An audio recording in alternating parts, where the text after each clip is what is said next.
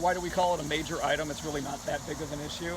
So a couple of reasons. Number one, Fall Creek Road, right up here, is probably 10 to 12 feet above where this house sits. It's on the slope of a hill. So you're going to get a lot of drainage coming this direction from Fall Creek Road and headed down to the lake. So you want to make sure that all of that's diverted around the house.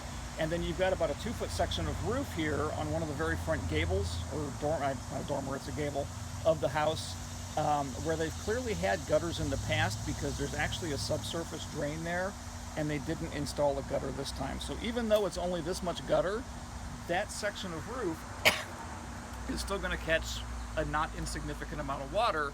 And because your house is basically sitting in the middle of a hill with all this water moving past it, you want to do whatever you can to divert that water around it and make sure it doesn't get into the basement of this house. Because a large portion of this house, which is like 6,000 square feet, is actually technically below ground, at least here on the front of the house.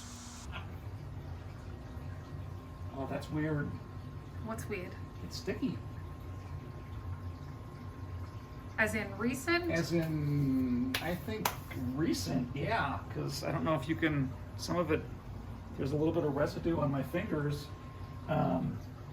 So yeah, I'm going to say that's recent, and I am not sure if that's an epoxy injection or if they just smeared sealant into that crack, because I'm not seeing, although it's hard to tell, the little drill holes for the nozzles you'd use to actually inject epoxy in there. So I think that is literally like a surface sealant meant to stop some moisture intrusion on this wall, because you can see where it's come in here before, and this is actually the corner where we had that missing section of gutter up top.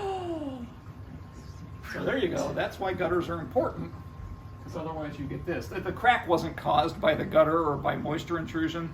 The crack is due to normal settling or shrinkage, something like that. But any water building up in that corner obviously had a chance to get through here. And actually, if we look around the corner at the penetrations for the water coming in and the main drain going out there, you can see they've had some problems with a little bit of moisture intrusion there as well. Is this an issue with the electrical panel right here? In what way? Because the moisture? Technically, no, because there's no piping within 30 inches of it.